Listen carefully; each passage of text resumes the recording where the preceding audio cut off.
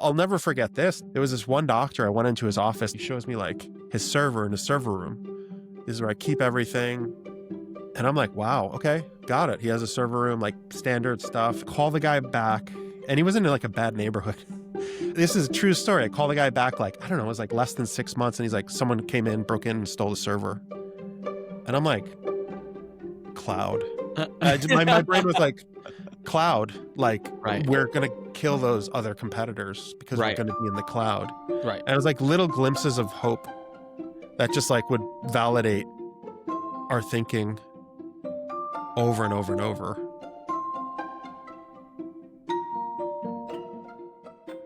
Hi, everyone. I'm Sunny Recchi, and welcome back to another episode of Before It Clicked, where we go from I want to start a company all the way to product market fit.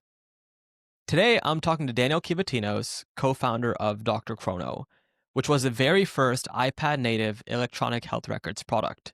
And over time, it became the operating system for a doctor's entire practice, handling scheduling, charting, billing, and even patient check-in. DrChrono went on to be acquired by EverCommerce in a 9-figure deal. And just to be clear, that number comes from EverCommerce's public disclosures, not from Daniel, who's under NDA on the specifics. What makes this story wild is that Daniel and his co-founder had zero healthcare experience, and they started building DrChrono before the iPad was even a thing. So how does that happen? Well, today, Daniel walks us through the journey from, you know what, let's start a healthcare business because we're passionate about healthcare, to iterating with doctors and keeping expenses low, to hearing about this tablet that Apple is launching, and eventually hitting explosive product market fit. We also talk about his new company, what he's building now with JustPaid.ai, an AI-powered accounts receivable and billing platform for B2B companies. So quick plug, if you run a B2B company and want help automating messy billing and accounts receivable, Daniel is actually doing personal demos. You can email sales@justpaid.ai and say you want to talk to Daniel, and he'll walk you through it himself. In this conversation, we'll talk about a lot, from how Daniel thinks about market selection and passion, to how they launched their first product and use that to iterate to product market fit. If you're a founder who's worried they're overanalyzing markets, or worried they don't have founder market fit, or wondering how they can navigate a changing idea maze, this one's for you. So with that, let's get into it. Here's my conversation with Daniel Kivatinos, co-founder of DrChrono and JustPaid.ai. Daniel, thanks so much for making the time. Yeah, thank you, Sunny, for having me. Now, you have had one of the sort of famous, well-known exits in YC with DrChrono. But your story is tumultuous in that you and your co-founder decided you wanted to build a business first, and then had a number of pivots to product market fit. And so today, I'm going to try to put listeners in the day-to-day with you from, hey, let's start a business, to the big exit you had. But maybe to set the stage, we could help listeners understand what DrChrono was right before the exit. Anything you're willing to share / able to share about what the business looked like at that time. What did the product do? How many years you worked on it? How big the team was? Just to give listeners a sense of, okay, this is where the story ended before we started talking about the beginning. Interesting story about us is, we were the first healthcare company that YC ever accepted. And we were there, we were one of their longest running healthcare companies. So at the end of the company, we were operating the business with thousands of physicians and millions of patients using the platform across the United States. So it was a very robust network of, I call it like the hospital outside the hospital, where you'd have all of these doctors supporting all of these patients everywhere across the US. And, we had a lot of employees in the US, and it was a really big operation when I left. I mean, it was, did I ever imagine it becoming that? I would say at the early stages, no. I just was doing it because I loved working with my co-founder and I wanted to just make a living. It was not the vision that it became over time. So, I think a lot of these founders go in and say that they're going to be these billion-dollar companies. And I have skeptical eyes because it's like, you have to take a journey, and the journey, if you say I'm going to climb Mount Everest and be at the top, it's like you can kind of psych yourself out. And this is the way I think about it. It's like, for me, it was a journey to get to that point where it became as successful as it did. And it's like as you go on your path, it's like you're refining your craft. Like I became I got my master's in computer science. I learned a lot about like being really social in college, and I learned a lot about like life doing startups before starting that company, JustPaid.ai. So it was like there was a sequence of events that led me to start JustPaid.ai. And then as you go through that journey of building the business, try to have an open mind because the path will always take you in different directions. And I think a lot of founders have, they have it in their head like, we're going to be like Cursor. We're going to be like Mark Benioff. We're going to be like Amazon. We're going to be like Anthropic. And it's good to set that mission, but also be aware that life is kind of like a river and you kind of flow with like what is happening outside of your control. Also, as a startup founder, there's things in your control and then there's things outside of your control. Yeah. I think the best founders create these bubbles where they can like operate their business with a lot of external forces, like trying to make change on the startup also. So it was a really, huge operation when I left it. And, it was purchased by a really amazing company called EverCommerce, which is public and they're out there, and they, I really liked the team there and I felt like it was a really, really good fit. And, one thing led to another and the acquisition happened. So it culminated a 9-figure exit, and basically JustPaid.ai was the operating system for these doctors' offices, these clinics and stuff like that. Is that a fair thing to say? And it started with the EHR. You guys very famously were the first iPad native EHR. But as I understand it, you A, didn't have any medical experience, and actually B, started JustPaid.ai before the iPad even came out. So maybe if you don't mind, let's set the stage for you and your co-founder. You knew each other for a while. You said we work together well. We want to start a company. What does day one look like? What ideas are you considering? Did you even start in healthcare? Were you whiteboarding? Like, put us in the day-to-day. Like, what does day one look like? I mean, again, it was a process to get to the point where I felt like I wanted to work on that particular startup. So in my head, for years, I mean, this is years, I was like thinking about what am I going to do for a long period of my life? Like what can you do for a decade or 2 decades or 30 years? And I have a lot of passions. Like I love art. I love music. I love, a challenge. I loved college. But when I graduated from college, I realized like I was maybe not the best employee. Mm. I felt like it didn't fit for me. And, I worked at one startup and that startup was great and the people there were great, but I felt like, is it my mission? Does it call to me? Right? Is it what I want to do with my life? And, deep down, I knew it wasn't what I wanted to do. And I kind of was subconsciously like brewing, like, okay, where's my path? What am I going to do? And it was a startup. Like, so right out of school, I got into a startup. It was just random event. Again, like, it's like, oh, you're going through this path. Very random event. I applied to this job. I go into the city and this guy, I hit it off. And I'm like, he's a really smart PhD in computer science. And he's the only developer in this startup.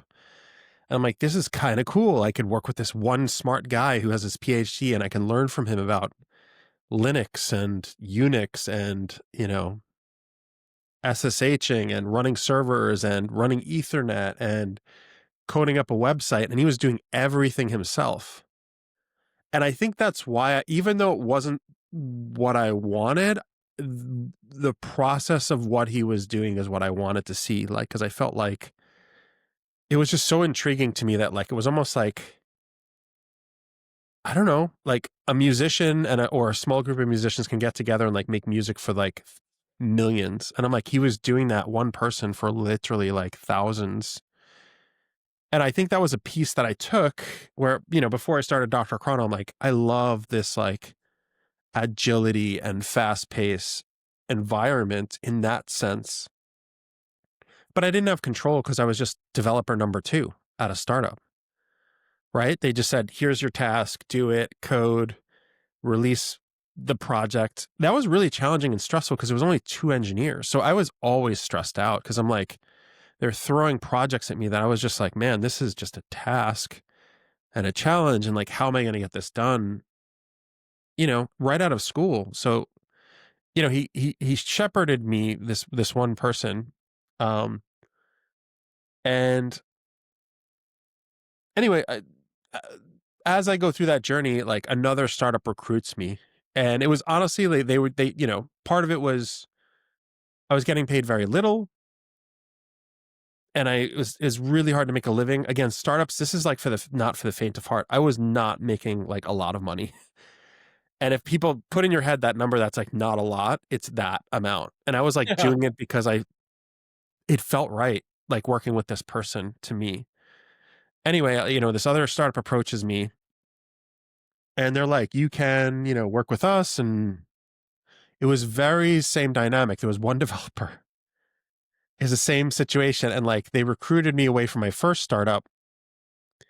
And I started working there and I learned a lot from the really small team. That was a smaller team. It was a team of four guys, the second startup. And I just I liked the way they thought about things. I was like closer to the founders because it was just four founders and me, the one employee. And I was just working with them. And we'd work all night. Like they were crazy. They would work till like 3 a.m, you know. And these guys were unique. They would sit in a small office and be smoking cigarettes all night, talking, and I'd be coding with the one developer, and like there would be smoke in this room, and I didn't smoke, and I'm just like, this is crazy. These guys are just the real deal, and they were just talking about how they're going to get acquired, and then they got acquired, and Hmm. then I didn't own equity in the first startup. I didn't own equity in the second startup. They get acquired by a larger startup. The larger startup like hires me in, they roll me into like the bigger organization, and suddenly I came from like small teams to like larger teams. And like, again, the missions of both company one and company two did not call to me. And then I'm in this bigger startup with like 75 people and the mission still didn't call to me. But I was learning a lot about like, how do different size startups work? What is the culture of a startup? Like, what are the pros? What are the cons? And again, it's like you're going through life and it's like a river, you're pulled in different directions. And you kind of have to embrace that a lot. And as I'm going through this journey in this really bigger org, I noticed a lot of the problems. There's a lot of issues in communication. I'm like, what am I working on? I felt kind of isolated. I was working remote in this third act, this third startup. And, as I'm going through this journey, I noticed that they started to have money issues. They were burning a lot of cash, trying to do a lot of really aggressive stuff to grow the company. And then things turned sour. They weren't able to either raise more funding or the revenue from like customers didn't quite come through. And then that company folds up. The first startup I was at also folded up in that process of like, okay, all of these startups I worked at were gone after like a few years. And I'm like, okay, like I have a lot of skills, a lot of skills. I got my master's in computer science and my degree in psychology. I did 3 startups. And again, they didn't call to me. I'm like, maybe it's my time to do something. Anyway, another friend calls me and he's an awesome, smart guy. I don't know how he pulled it off, but he raised like $75 million. He's just a friend of mine. And I'm like, I don't know how he did that. And it just like, it blew my mind. And he's like, you should come work for me at my startup. It'll be great. It's like, and he's showing me all the tech. And I'm like, something didn't sit right with me. And I'm like, I need to go back to my roots and like go small again. And I'm like, telecom never was a passion of mine. I mean, it's cool. Like education is super important. Those are the two, the startups, telecom and education. And I'm like, healthcare felt like something I could work on. Anyway, in this like journey, um, an old friend calls me up and tells me like he's thinking about leaving his like large company. And this is like I would say a recommendation for all founders out there is just keep a profile of like the smartest people you know. And it was a right time, right place where this person, I put them in like the top 5% of people, like in terms of like throughput of like they can code as a 10x engineer, super smart guy. And this became my co-founder of JustPaid.ai, but I knew he was like very intelligent in abnormal ways. And how I knew is because in college, like I was like, if we ever like worked, like we worked on projects together in college and we were able to like complete them within like a few days when the project was due in like 3 months. So I was like, this person and I worked well together. The dynamic was really like in a business setting worked very well. And I knew that like aligning myself with this person would be really good. And their mindset was different than mine. Mine was, I did a few startups and I learned a lot, but I feel like it's my time to like create my own path. Whatever my co-founder of JustPaid.ai's thought process was, it was different than mine, but I felt like it was the right time for me to like do something. And what's interesting, he tried to talk to me about doing startups in the past. Like he brought up a startup idea and I was just like, it didn't resonate with me. But then he brought up healthcare. And I was like, that's something like just subconsciously I knew I could work on for a long time. And I'm like, instinctually, my brain thinks about startups as like decade long projects. They're not, work on it 2 years and flip it. For me, it's like you work on these things for years and see the progress over years. And then it becomes something very relevant out there. So this is just my thought process. And it's always been this way. It's like you work on it for years and like you build a thesis in your brain and then you like work on it and you have conviction, even though you're scared and there may be things like that may take you in different paths. But, um, you know, he's like, let's work together. And, he came from a very different background. He came from like a big corporate company. I came from startups. We met and just started talking at Panera Bread, like uh Panera Bread, but something felt right. It was honestly the history with him in school that felt really right to me. I'm like, I trust him as a professional to get stuff done. And at the end of the day, like you can work with your friends, but they have to be professional to get stuff done. You have friends that you go to the bar with, you have friends that you go to the movies with, you have friends that you like play D&D with, you have friends you go to concerts with, but then there's like certain people you just see traits and you're like, they have qualities that are abnormal in business. And he had those. And I'm like, between my skill sets and his, it's enough coverage to build something. And I did not think about startups. I did not think about funding. It was just, how do we build something for somebody to use it? And it was an iterative process. So, we started working together in 2008 and I'm like, let's see if he's committed because I'm committed, but let me just feel him out more and see where his head's at. And he was 100% committed. Like he was all in. And I think that relationship like sealed the deal for me to like go all in 100% and like start building this thing out.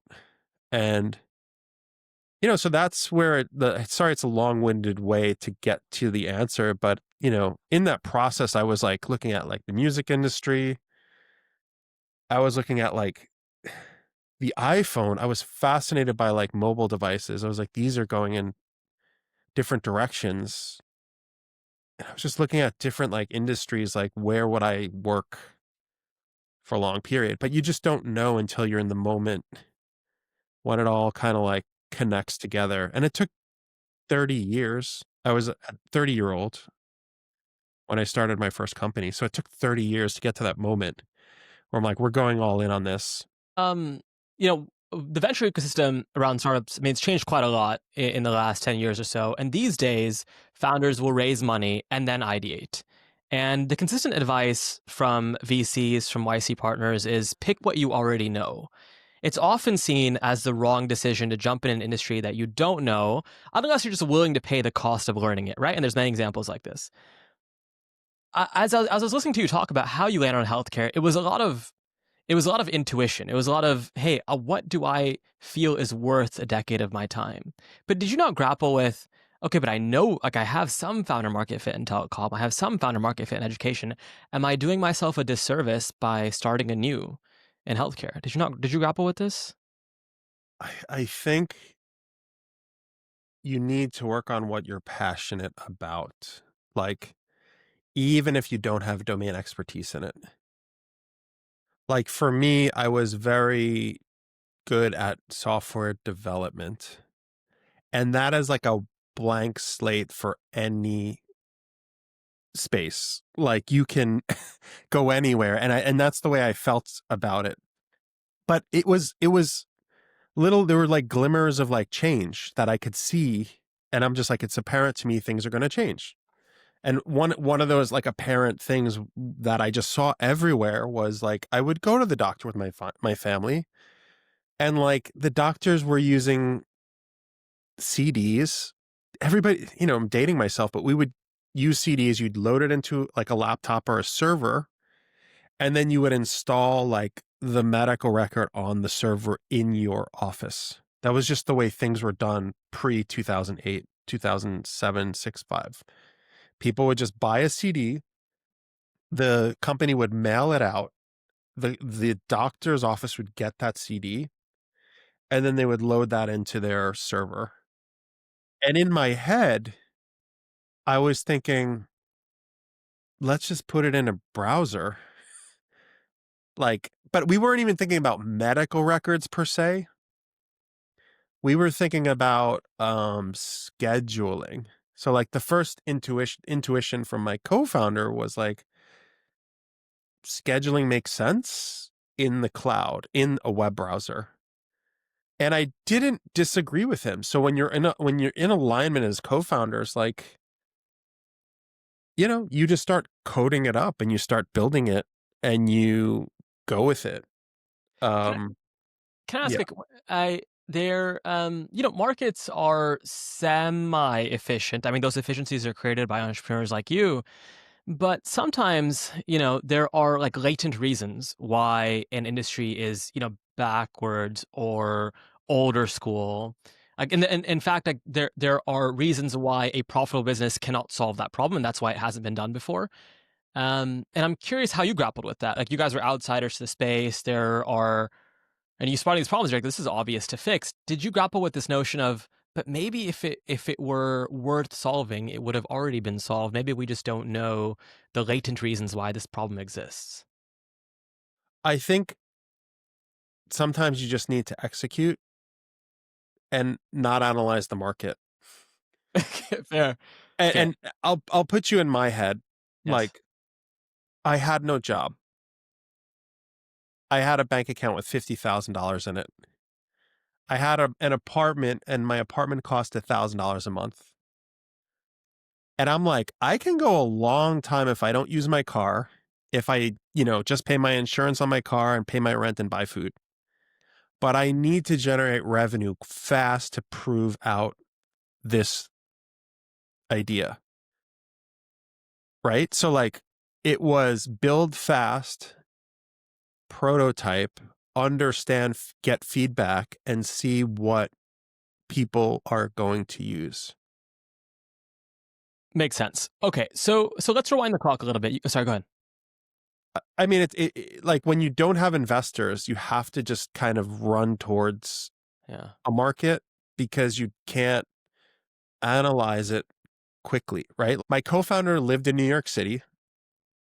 I opportunistically moved about I don't know, an hour bike ride away.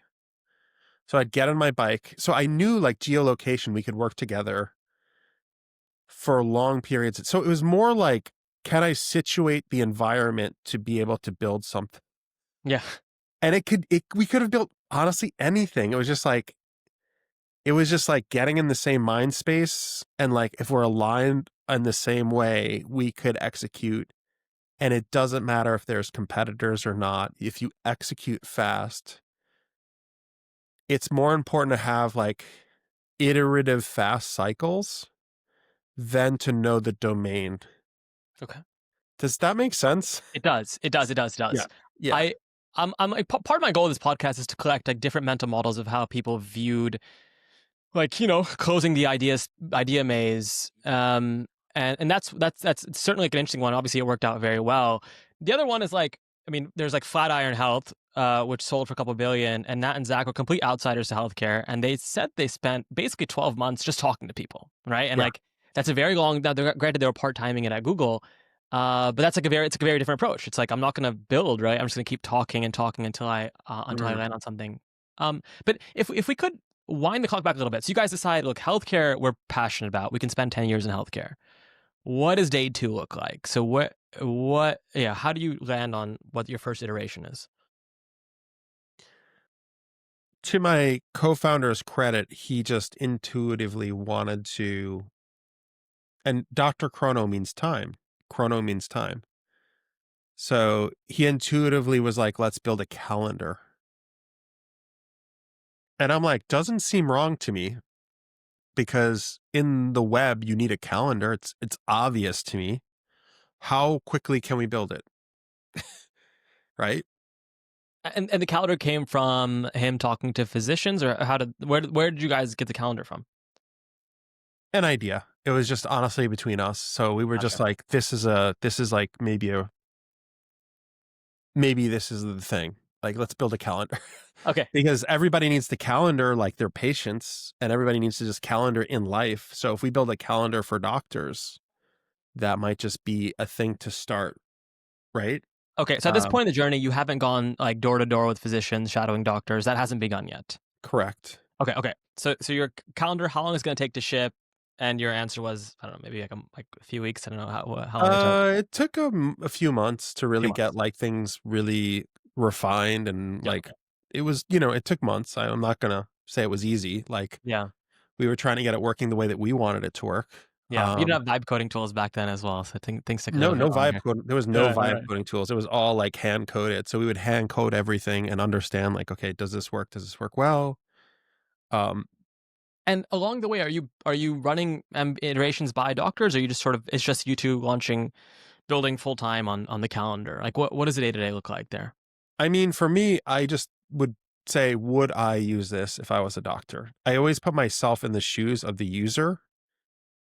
And I was like, would I use this product if I was a doctor, a physician? Would I use this? And that never left me the whole journey of the company. And that's just the way, like, even now, like on my new startup, I have the same like mental models where I just look at the product and say, is this something I would be proud to use? Right. So back then, we built version one, and I was like, I would use this if I was a doctor. I would use it. Right. We showed it to one doctor, and he's like, I would use it.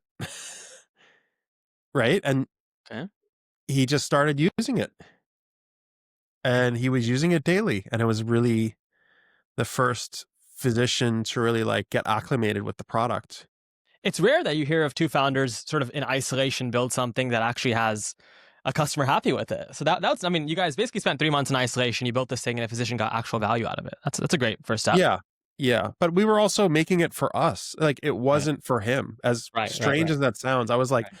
I want something I would use as a doctor. Okay. If I was a doctor, what would make me feel good about my practice? Okay. So like I would always go back to it. And the nice thing about like physicians and medicine, everyone can really relate if you really like if you think about yourself as a doctor, you really at the end like at a core level, you can like pretend and say like if I was a physician, what would I want? Mm. I know that sounds crazy, but it's like you go back to like the 1800s, the 1700s, they wanted their beautiful their leather bag, and they wanted all of the tools in there, and they wanted to like come to the patient's house, and they wanted to like lay it all out, and they wanted to have medicine, and they wanted to like have all of that. But like fast forward to like where we are in like 2008, 2009, I'm like, I kind of want to look at my calendar in different rooms or different locations. Like the calendar on my screen. Can I look at it from home and can I look at it in the medical practice? I would want that. Right. So I like was resonating with that. I would want to look at my calendar wherever I'm at. But like the competition was shipping CDs where you couldn't look at it from home at all. So the doctors didn't know. They just knew they had to be in the like 8 in the morning, be at the office. And then Mm. they would look at the calendar with the staff, and the staff would be like, here we go. This is what's booked. And the Mm. doctor would get to it. So I'm like, there was already a difference in the way we were thinking because it was like in the web. I see. I see. I see. Okay. So the calendar came originally from an observation that doctors are a little bit constrained with An the. assumption in my head because this Ah. is what I wanted Okay. Okay. Okay. But how did and my you? co-founder wanted. So like we had this assumption, and I'm like, I think and he thinks the web is going to be massive, like Yes. for doctors and for medicine, I guess right? Like yeah, makes sense. I guess were there like a bunch of calendar startups at the time? Like I'm curious. It's one thing to say like put yourself in the shoes of a physician, but because you hadn't been a physician, you didn't have any family who were physicians. Maybe you observed physicians when you went to go get your doctor's appointment, but how I guess I'm I a little had bit a confused. Yeah. I had a doctor down the street, Uh-huh. and I would call him and I'd be like, I have an emergency, like when can I come in? And then he would pick up the phone and then he would literally say like 2 p.m. sound good? And I'd be like, yes. I'd go into his office and like he had it all in his head, which was crazy. Ah, And then I would go into his office and then like he had all this like paper. I just remember like every doctor I'd go to with my parents and like myself, there's this huge wall of papers. And like he didn't use medical records. He didn't use schedule. He would write you down on like a pad and be like 2 p.m. Daniel will be here. And then I would go there and he'd just be like, all right, what's wrong? And then I'm like, hey, I remember distinctly this one like situation I was in where like I had metal like stuck in my stick in my, I mean, I pulled it out okay. and the doctor's like, when did you have a tetanus shot?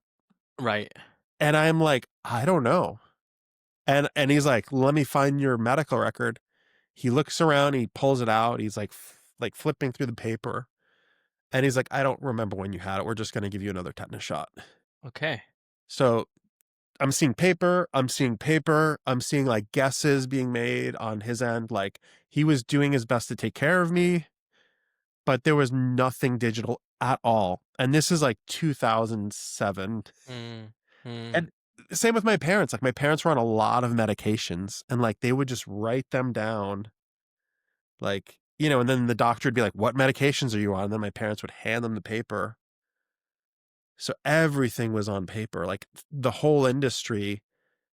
And then some of the more, I'd call them like organized, would buy DVDs or CDs, load it in, and then they'd have like a location based system. And Mm. I'll never forget this. Like there was this one doctor, I went into his office, and this is when we were talking to doctors. I go into his office, he shows me like his server in his server room. And he's like, this is the server. This is where I keep everything.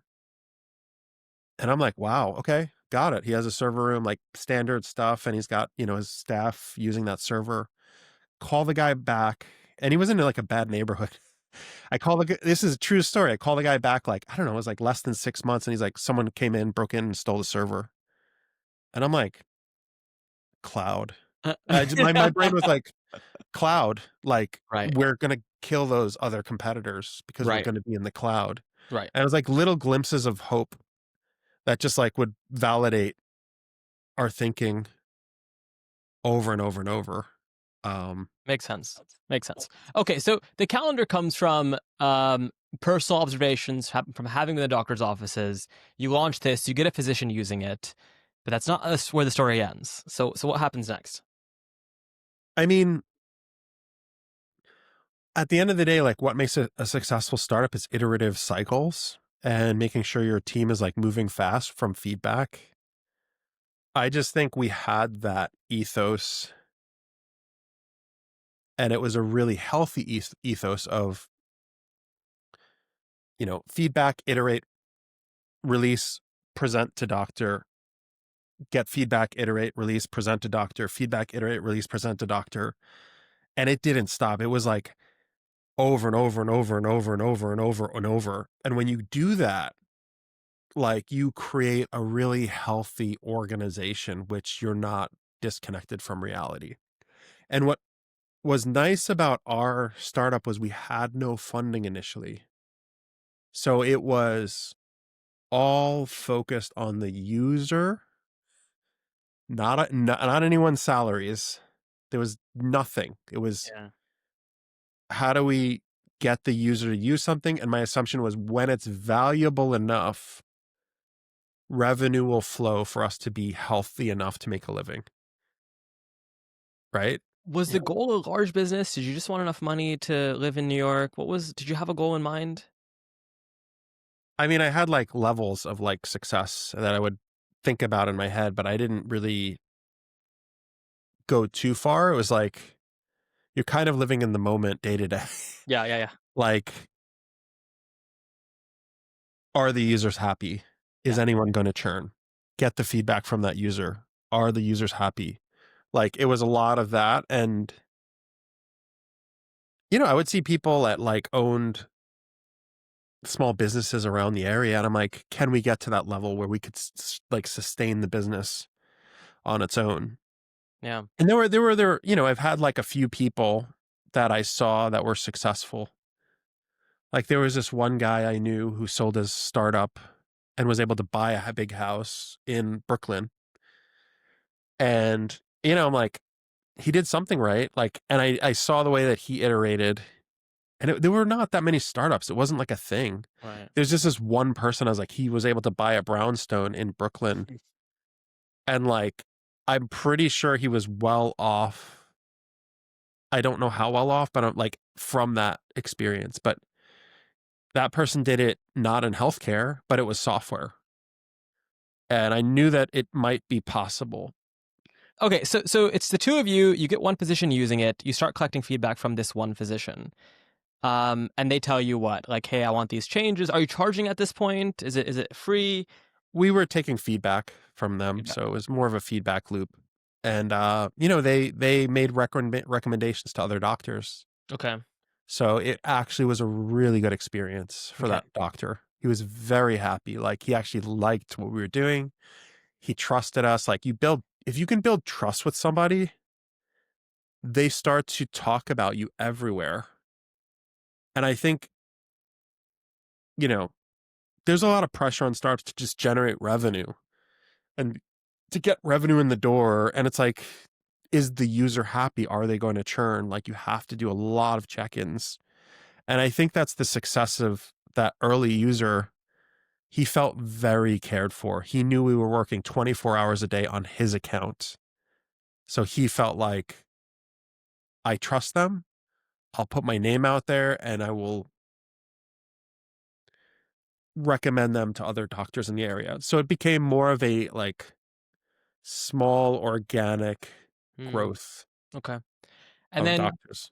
is this when you start going door to door to meeting folks and seeing what are the problems you can solve? How do you evolve from scheduling to billing, which I believe was your next launch? Really, medical records was the next launch. Okay. This doctor, said, I love what you're building, but it's not enough. I mean, this was the second doctor. He's like, I need this. I need this all digitized. Like, and I knew exactly what he was showing me. He was showing me the walls of folders, the medical records. And I'm like, we can do that. Like, we can digitize all of your medical records. Like, it's possible. And, the thought process was, iterate in that same iterative feedback loop and then build trust and let them see the product evolve for them. And it was a natural iterative cycle of show him version 1, show him the medical records, get feedback, show him version 2, get feedback, show him version 3, get feedback. So it was a natural feedback loop. And there was really like a few users now like trying it out. So we were very aggressive with getting them. And my thinking was I'm going to not give up until I run out of personal money. Okay. And at this point, you're not charging. We started to charge a little bit. It wasn't a lot for Okay. the users. Okay. Yeah. And So it's still just the two of you. yeah, just the So two of us. you're still burning. You're not charging enough to cover your own personal expenses. No, not at Okay. all. It's Not like at a all. nominal amount. But in my head, I'm like, if you get, this is just the natural thinking in my head. It's if you get a small group very happy, like it starts to grow organically as you get more and more users like loving the product. You're a founder again, and you have a new startup, which we're going to talk more about in a bit. But as the venture ecosystem has changed so much in the last several years, do you think you could run this playbook again, or do you think you would have been forced to raise a bunch of money early on and have a larger team so that you guys can iterate faster? I'm curious. I don't hear these stories anymore of like a small team iterating slowly. I hear the large seed round, and then I hire the team, and then I start iterating. Like, do you think the ecosystem has changed? Could you do that strategy today? I think anything is possible with the right dynamic of like co-founders. So again, granted, like me and my co-founder, my co-founder had a different situation than me, but I was burning, I would say $25,000 a year to live. That was all, that was like my burn rate. And that literally was like my life. So I had 2 years of runway in that startup. And I could have like dropped it even lower if I just like whatever, figured out like how to eat cheaper, like not use my car as much, but like it is 100% possible today for startups to like do something like that. You don't need to raise funding. You can build product, generate like a large substantial amount of revenue. I mean, this is just in my head. Again, this is just naturally me thinking about it. Do people do it? Yes, because they don't have investors. Not everyone is in Silicon Valley, right? And I'll give you a perfect example. I use this product called Super Whisper. I am assuming that there is no funding, but the product is so amazing and it's one person working it. I'll give you another one, Overcast, an amazing podcasting app that millions upon millions of people use. There's one developer and he's making a huge living. Like, not that that's the path, but like, these are just two of the more newer.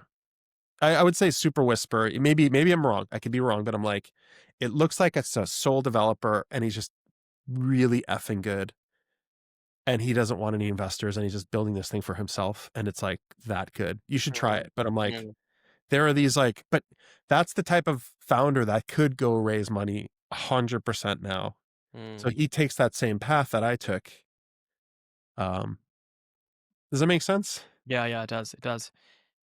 Okay, so you guys start working on records. It's still just the two of you because there's no money to hire a third just yet. Um, and at this point, the iPad launches. Is that right? So at this point, we just, we got a couple of desks at an office and it was a really great office. Like it was a very empty office. So this one guy in New York City is like, I'm going to create a startup incubator, kind of like WeWork. There was no WeWork back then. And he just like basically took this whole building and like made it like this startup ecosystem thing. And no one showed up except me and my co-founder and like two or three other companies. And it was amazing because like there were floors that were empty of this WeWork. It was just an empty building. And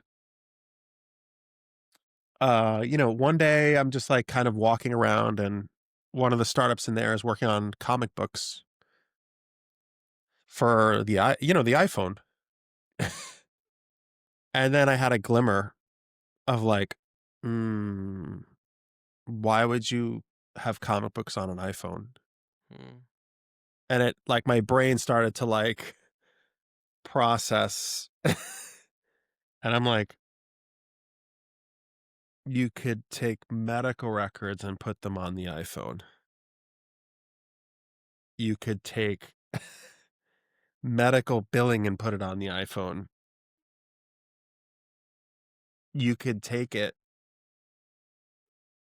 and do that. And I kind of spoke to my co-founder about it. And he's like, let's build a prototype for the iPhone. And then, Steve Jobs talks about this thing that's coming out. It's going to be like bigger screen. And we didn't know what the name was, no one really knew. Bigger screen. And I'm like, we could build it for the iPhone and this new thing. And what do you think? And my co-founder, the really nice thing about my co-founder at the time, he was always in on my crazy ideas. So, we said we're going to work on it and go all in on 1 day a week. And, we had our users are having their feedback loops and their requests, but like, because we were so fast on iterative cycles, we could build out a prototype version 1 in like 2-3 weeks of this thing. And because we were in the cloud and our competitors were not, the way I was thinking about it was we could take data from the cloud and present it in this new way on this new device, right? Like, it was so different. And I'm like, in my head, I'm like, you just get when you are so passionate, you just get obsessed with something. And we both got obsessed with like getting this thing working. It just felt really right, even though I didn't know if anyone would use it. What? So you didn't? Oh, I see. Because you didn't know what the iPad was going to be. It was hard to go to ask physicians. Is this something? It was hard to describe like the attributes for them. Apple released something called an SDK on the MacBook, and then anyone can build a prototype for this new hardware coming out. Very different than today. Yeah. Today they show you the product and then developers build on the product. Right. Back then they were like, this thing's coming out. We're going to give you anyone who wants to try and build on this thing. Not out yet. You can do that. So like we were building on the iPhone version 1 and then we were testing version 2 on our Macs. And it just felt right to me because I wanted it.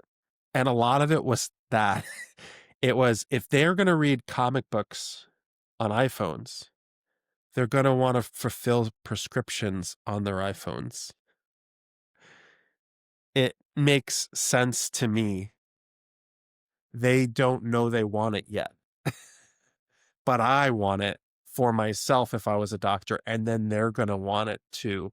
Right. And I'm going to build it and it's going to look cool and we're going to make it. And my co-founder's all in and we're both coding 1 day a week.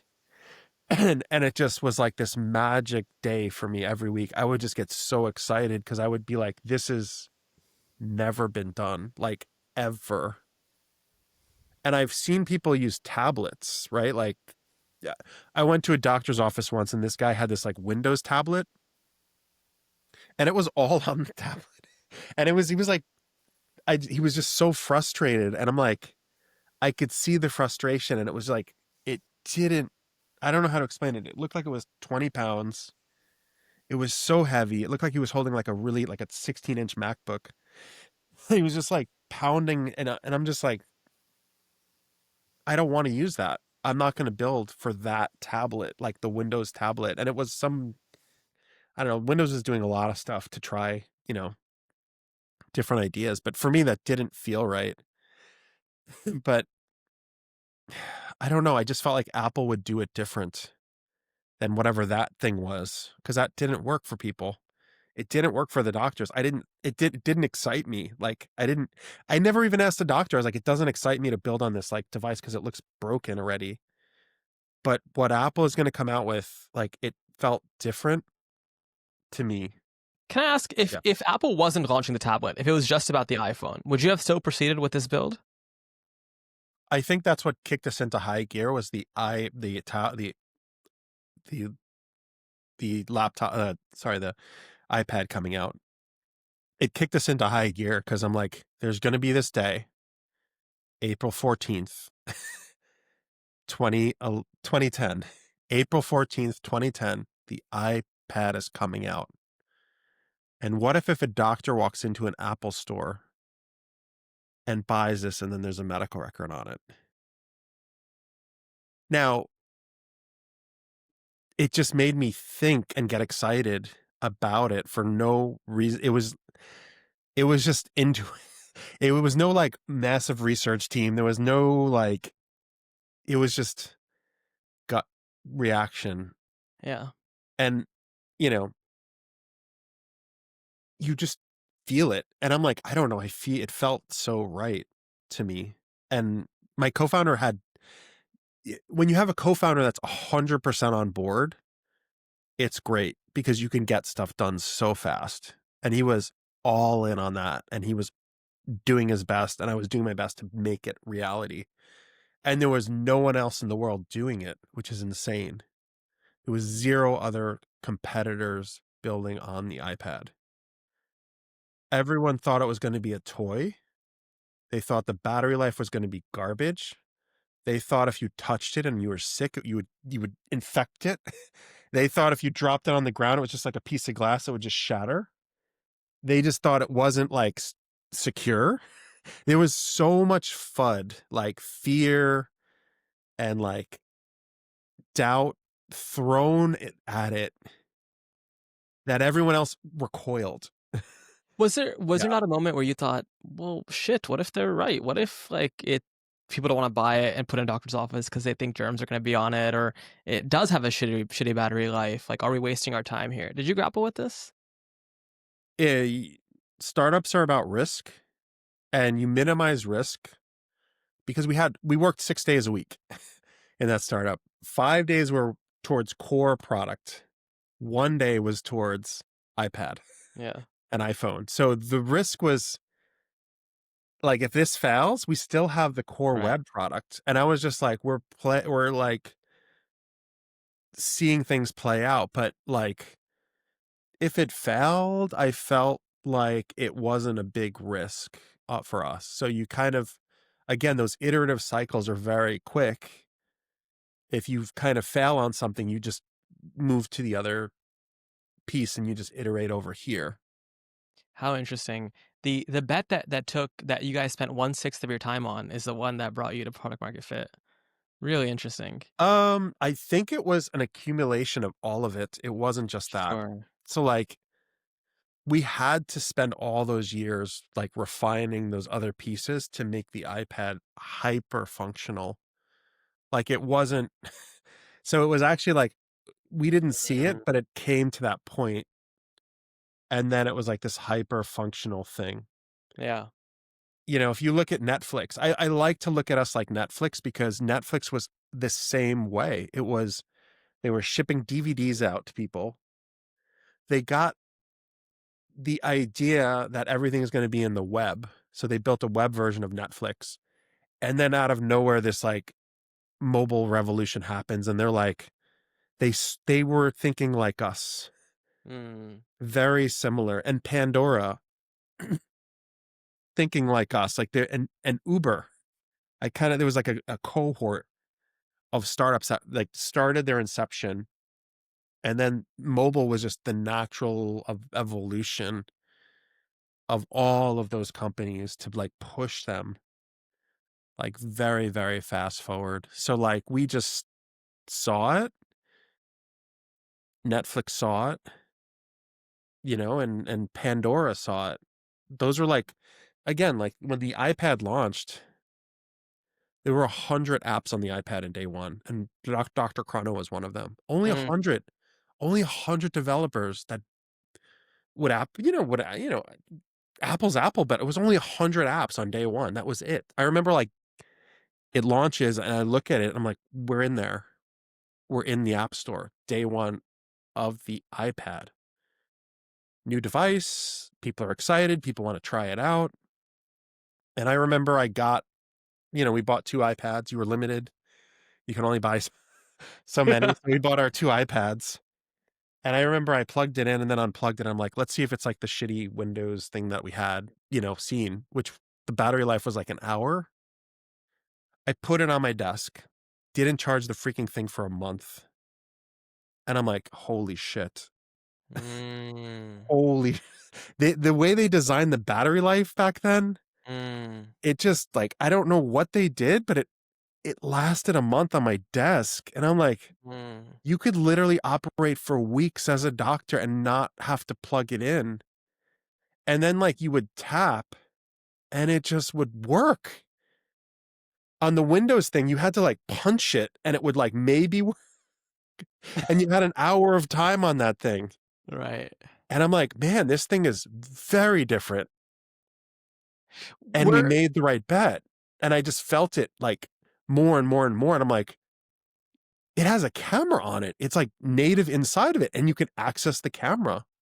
It has geolocation. You could find where you're at. Like you can see like pharmacies. You can see like labs. So you can order labs. You can see doctors around. You can see like where your patients live. Like you can see everything. So it had all this new technology that just never was there before. So like, right time, right place, right idea. And it was just like when people would touch the medical record, they would just be like, this is what I wanted for years. So it like that I would say was where product market fit really like it all came together for us. But it took several years to get to that point.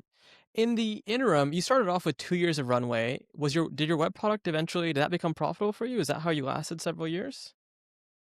In 2010, I emailed Y Combinator. 2009, I emailed, it was like give or take 2000, no, it was 2010. I emailed Y Combinator and my co-founder was just reading their articles online. It was like he just really loved Paul Graham's articles. And I didn't know who Y Combinator was. I was just trying to make a living and build something that doctors wanted, right? And my co-founder's like, he was more interested in the VC thing. He was like, we should look for some investors at some point. And I'm like, if we get them, we get them. What does that mean? I don't know. But, he would always bring it up to me. So I was like, I'm going to reach out to them and see what's possible. And I emailed, I think it was Jessica and Paul or someone from the team. And then they respond back and they're like, there's no one that, can come to New York at the moment. You'd have to come to California if you were to meet with us. And, my brain was thinking like, all right, we're in an accelerator, this WeWork thing. There's none of these around, right? There's 4 startups in here. Maybe that'll get YC more interested. And then, I email them back and I'm like, well, we're in this startup hub. We'd love for someone from YC to come and give us a talk. And they're like, oh, you guys are in a startup hub. We should probably send somebody over there. I mean, it was a whole building in New York. That's what's crazy. Like the guys like was just losing money. It was really sad, but awesome because Right, we were like, we had the whole building. I right. loved it. It was like ours with these 4 other startups and they were small. They were like, imagine a building with like, I don't know, 500 chairs in it and like 20 were taken. It was really great. Right, But, right. so, I mean, YC is like, we'll send Alexis Ohanian. He's the ambassador to the East and he'll swing by and he'll give a talk at your building.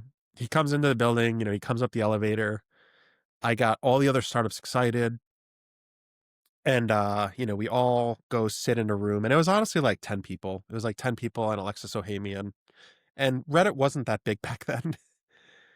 Reddit was kind of small, and Alexis is giving a talk to the 10 people in the room, and I think he had a great time because like everybody there was really like truly doing startups with no funding, right? Like they were all Mm, like in it. These are like really hardcore. So he like felt that vibe.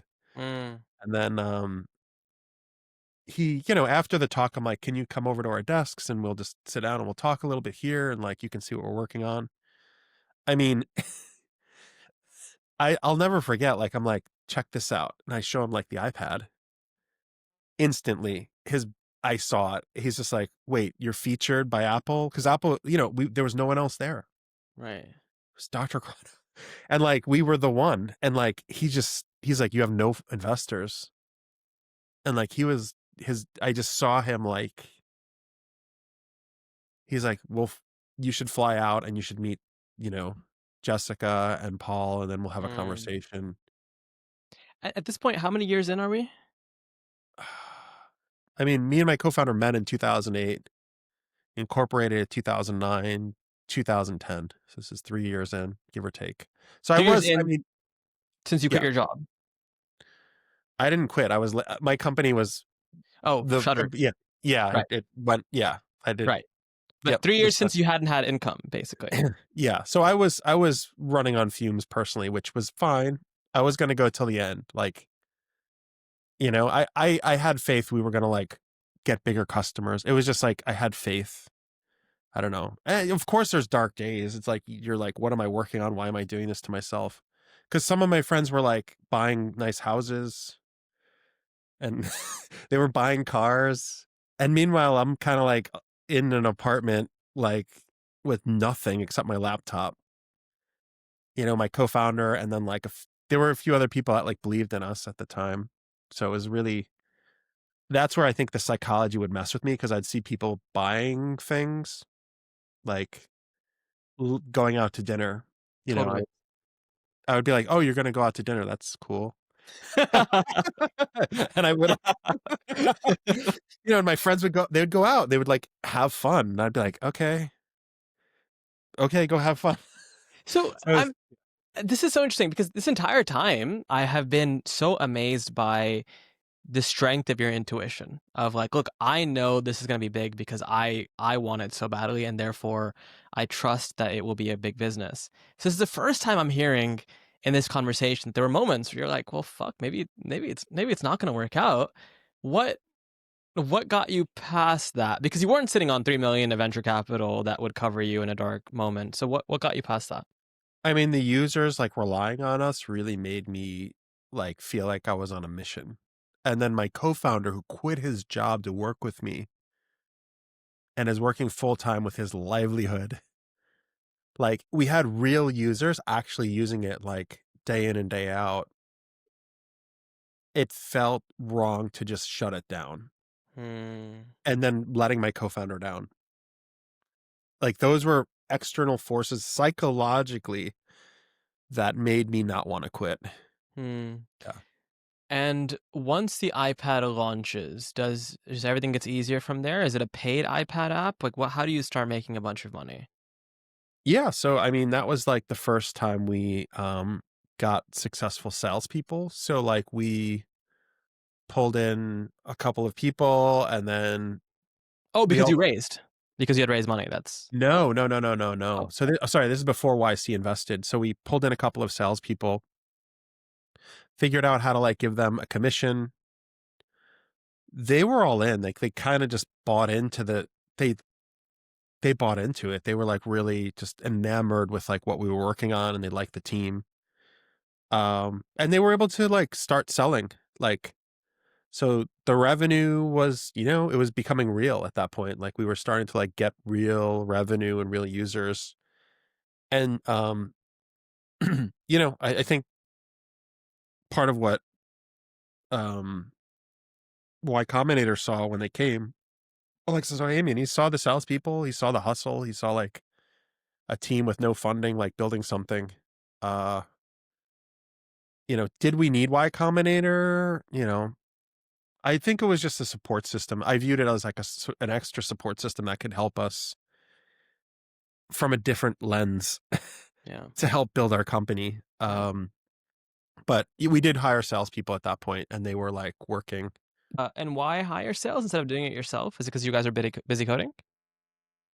I mean, when the iPad launched, we went from, some users to, A bunch.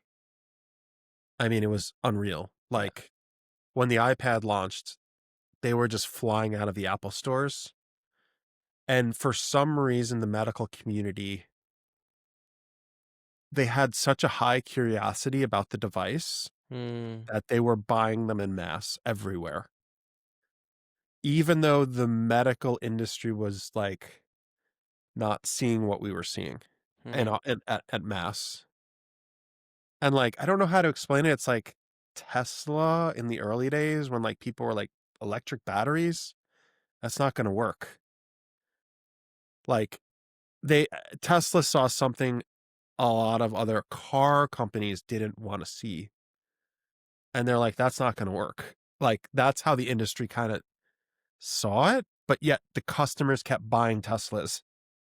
I read your blog from I think it was when you were building DrChrono about 10 years ago, and you had this really interesting line. You said every entrepreneur should take as much feedback as possible, but to remember filtering is very critical. We get feedback from all kinds of doctors and patients. Some physicians would give us amazing input, and others would give us unproductive feedback. And entrepreneurs need to know how to filter that out. How did you filter that out? I mean, for me, I always would ask myself, what would I want to use? Right? Like that was just like innately because I was like, if I was to become a physician, what would I want to use? Like we got a lot of feedback on a lot of different directions and a lot of different ideas, like from everywhere. Because people have, everybody has like they have 2 cents on like what the direction of your startup should be doing. Um, I think that was more around like, would this speed up a medical professional's day? Can they do more and go home earlier? And I would just keep asking myself these questions like, is this something that I would use day in and day out in a medical setting? And of course, like I would do these sessions with doctors where I would just learn. They would show me, they would show me, here's the product. I use it like this. And I would just go, whoa, like I see where you're speeding up. I see where you're slowing down. I see how to optimize it. So a lot of it was really, it was just valuable feedback, all of it. But you have to like filter. You have to filter as a founder because if you do everything, you kind of sink. And there was a lot we didn't do. Like it was just enormous amounts of feedback that we just didn't do because it didn't feel like that was the direction we wanted to take it. um, I'm sure you have an idea in your head. There might be something there, but does this feel right? Like for your startup? And you have to just ask yourself that question. And it's very quick for me. Like, does this feel right for our startup?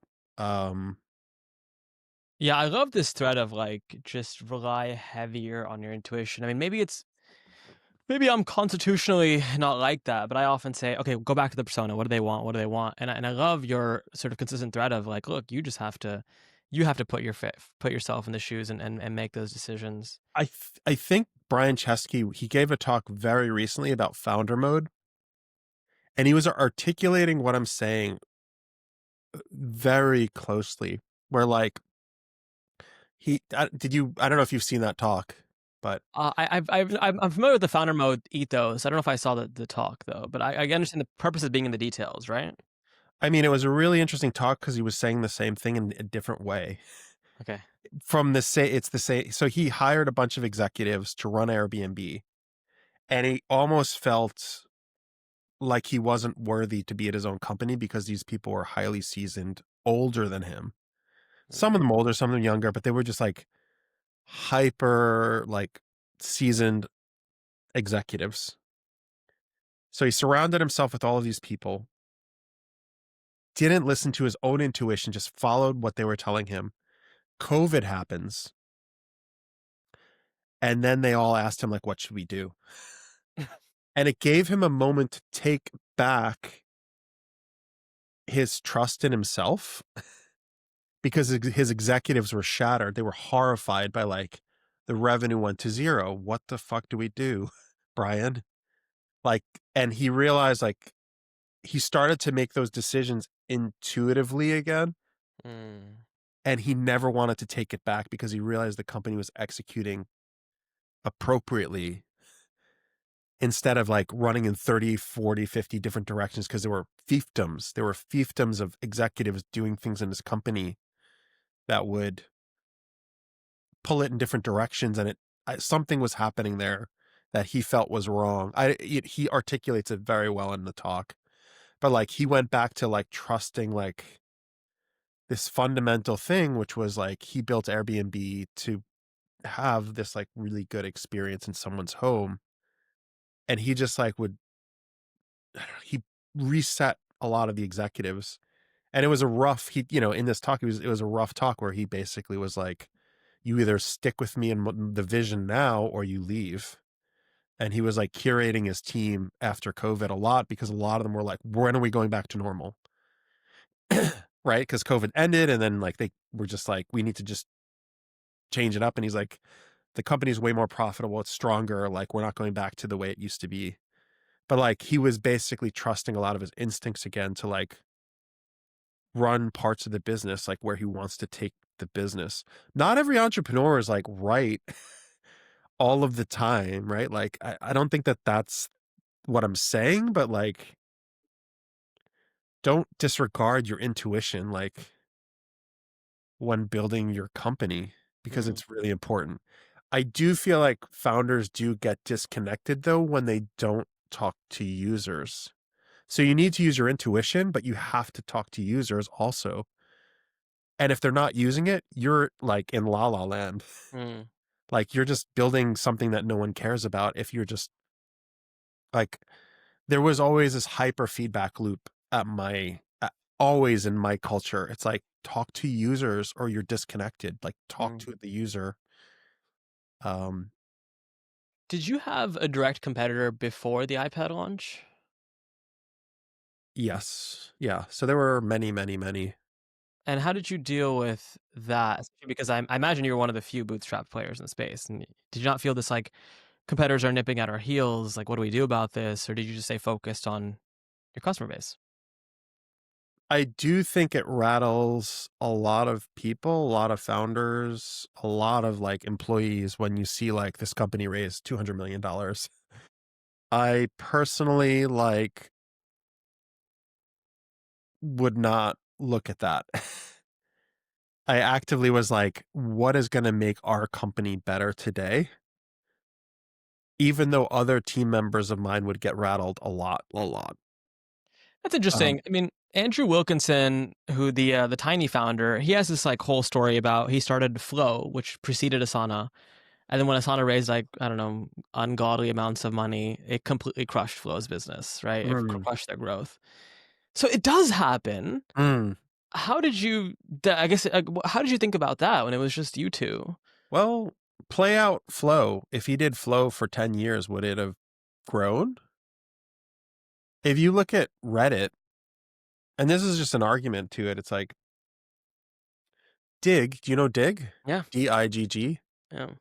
Dig was like the hot, big startup. It was like the thing. It was like the thing. And like Reddit was like the small chump change competitor that like was kind of like disregarded as Dig was like out there. And then, misstep after misstep, Dig kind of like lost its luster over time. Like funding, I wrote about this in like one blog post years ago. Funding does not equal success. Funding is a data point to say that maybe you're working on something correctly. Mm.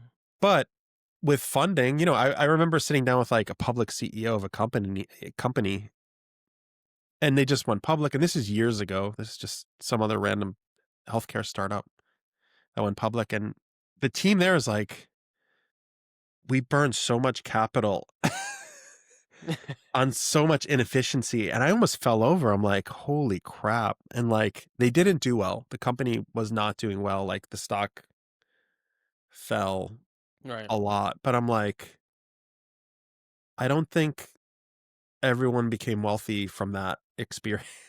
Yeah. Maybe some people did, but it wasn't a sustainable business because they were trying to go public because there was pressure internally, or I don't even know I don't even know, but I remember like something was not right. But Speak- I could tell you JustPaid.ai had a lot of competitors that just went bankrupt one after another. Hmm. A lot of them. Hmm. So like I see on TechCrunch a company raise $100 million. That's good.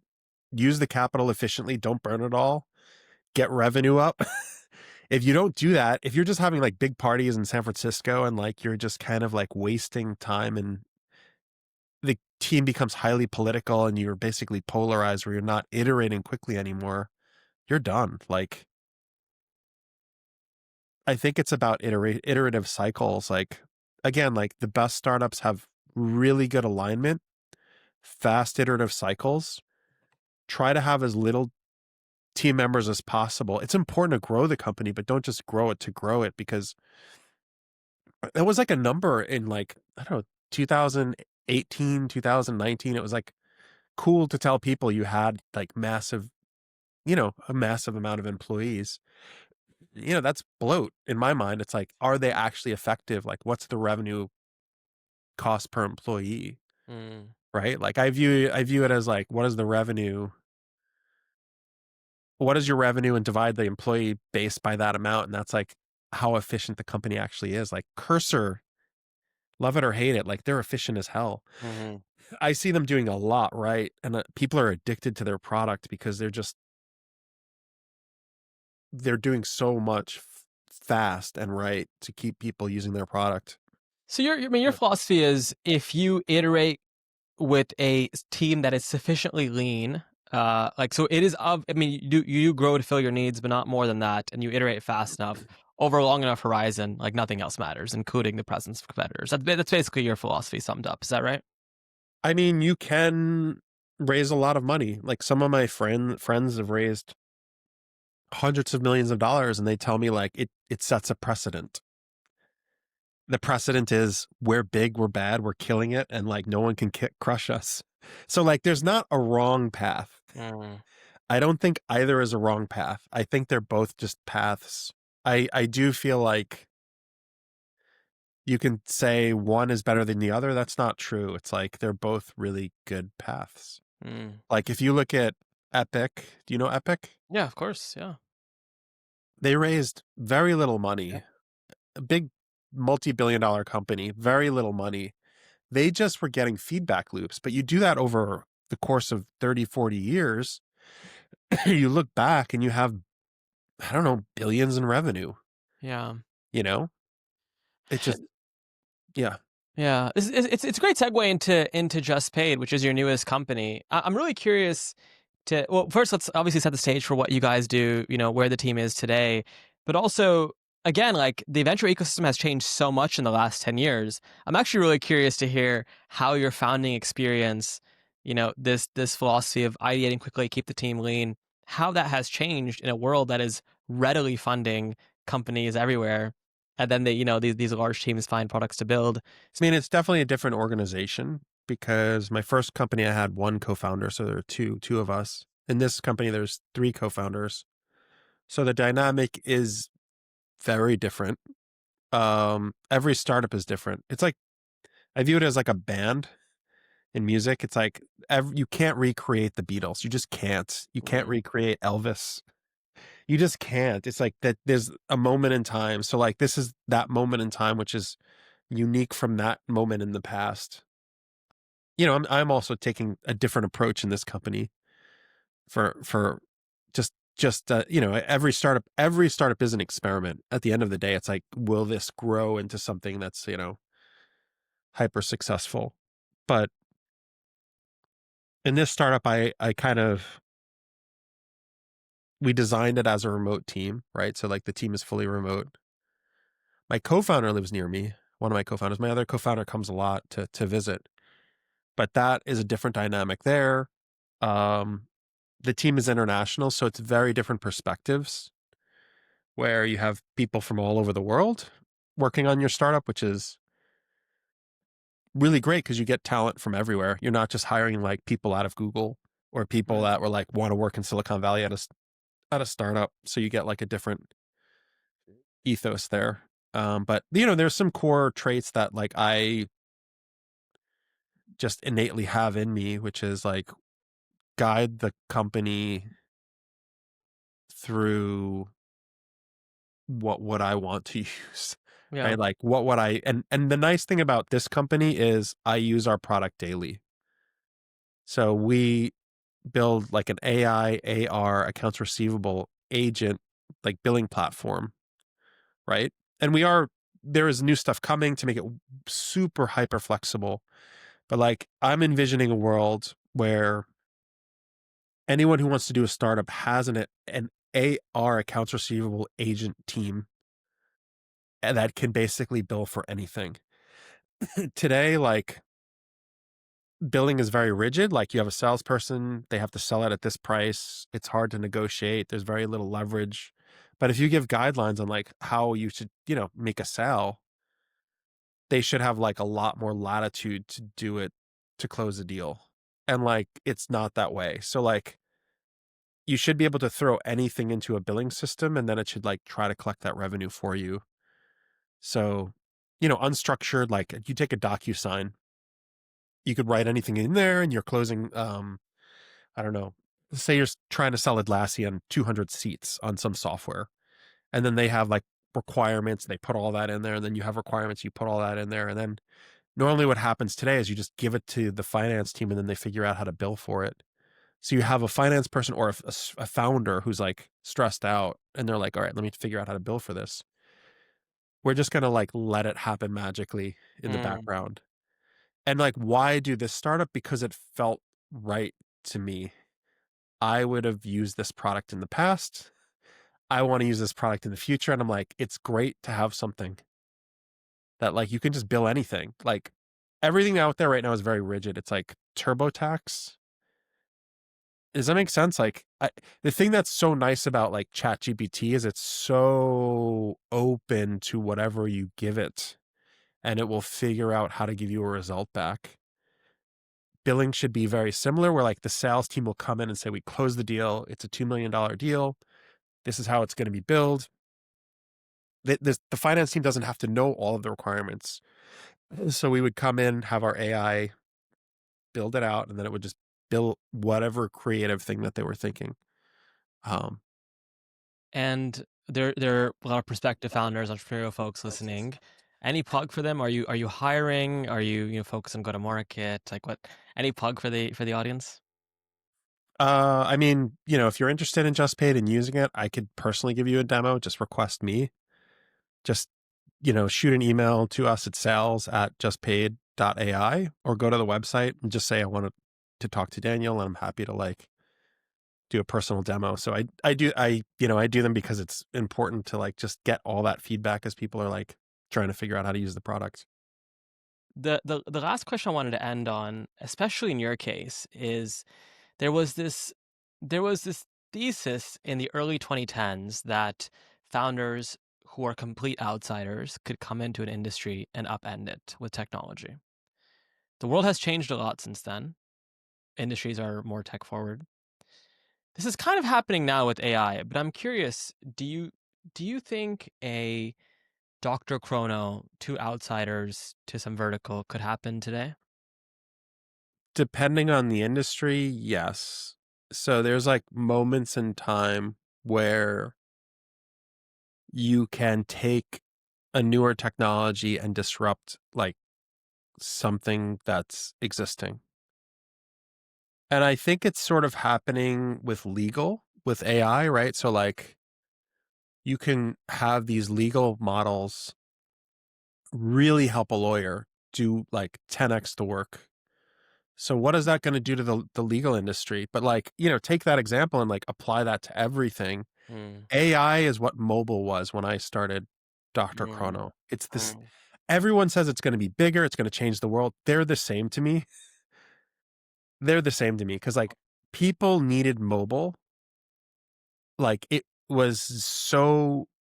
changed the world because you could like send money to somebody from your phone to someone else. Like it's just as disruptive, the mobile industry, as AI is, but it's another moment in time where you can take AI and apply it to whatever industry you're passionate about.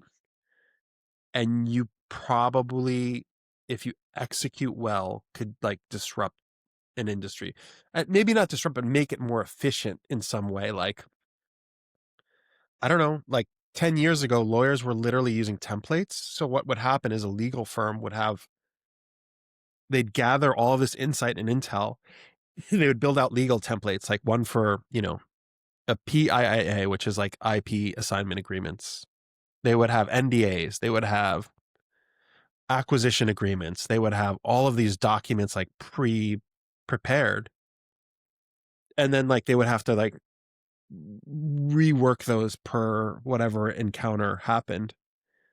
It's such a different world now where AI literally does all that for a new practice right out of the gate. What does that mean? Game on for new startups to figure out how to like take advantage of each industry and like go in there full force. Yeah.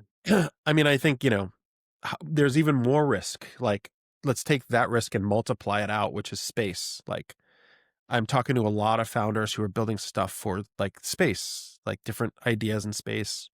One founder is telling me he's putting servers into space, right? Like, I don't know if you know that founder, but like there's servers in space and he's gathering sunlight and like trying to figure out how to like have servers in space. Very, very, when you're doing those sorts of things where there's physical items involved, like physical bits, I'd say risk can go up. So like it's risk versus reward for the founder, like how much risk versus reward. So you kind of like figure out where your sweet spot is as a founder. Some people want to go all risk in and take high risks, like curing cancer. Very noble cause. Can you do it? I pray to God you can, but risks are high that you may not succeed, right? So like, but I want you to succeed. Everybody wants you to succeed in that one, but the risks are high, so like you can kind of take it. But anyway, I don't even know where I was kind of went on a rant there. Well, look, I think there are some timeless lessons from this episode, and I think there's really three, right, or really two. Iterate really quickly, and don't be afraid to use your intuition. And I think in the latter case, I, for sure, among a lot of founders I know, can use that advice a little bit better. I think you're the embodiment of that, and obviously it ended super well with Dr. Chrono, and excited to see where you take Just Paid. I'll just say one last thing. Like, there's